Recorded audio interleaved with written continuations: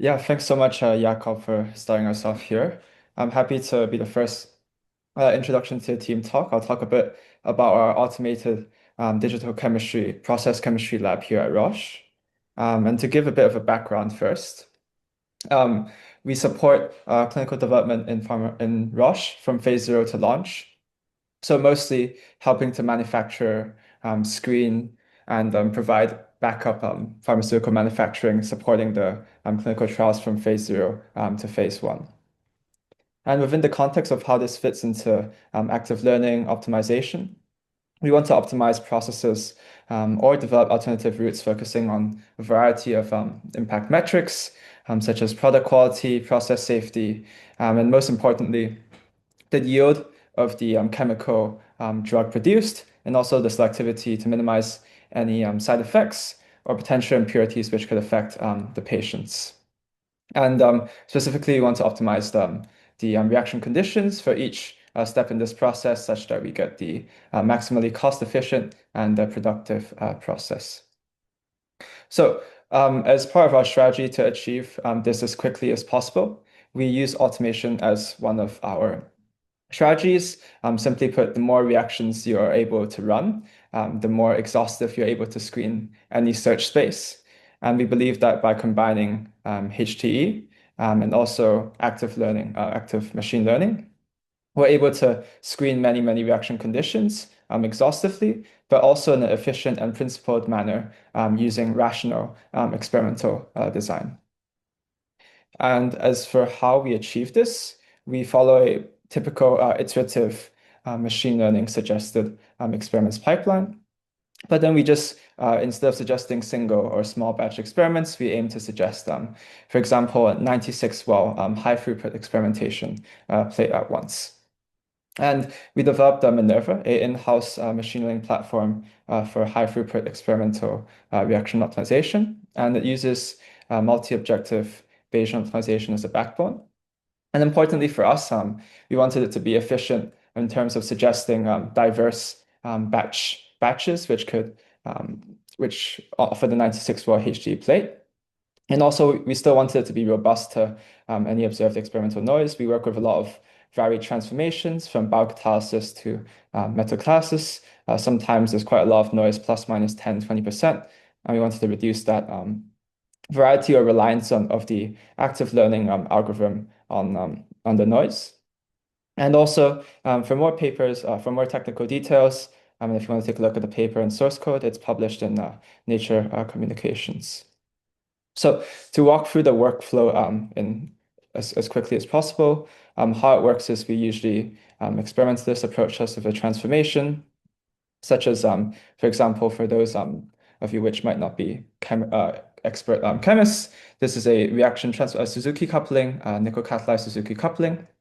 And one would define a space of possible control parameters with which to search over, such as the ligand-based solvents, and define multiple objectives which they would want to go towards. As I mentioned before, it could be yield, cost, sustainability, selectivity, etc. And within this large defined search space, sometimes we use machine learning guided initialization, so to help warm start the initial optimization batch, but usually we find that diversity guided. So essentially, kind of trying to scan the search space as diversely as possible works also rather well. Then this goes into a loop of active learning. Usually, I think 3 to 4 rounds suffices since we're working with quite large batches here. And after that, sometimes if optionally, with all maybe like a couple hundred experiments collected, one could ignore the exploration aspect of active learning and focus fully on exploitation to leverage all of the trends that one has learned throughout the optimization process. So I'm going to walk through 2 quick case studies we have. So this was for a active pharmaceutical ingredient reaction optimization. So this is a Buchwald-Hartwig coupling where expert chemists define a search space of 80 ligands, 15 solvents, 11 bases, and 3 palladium precatalysts.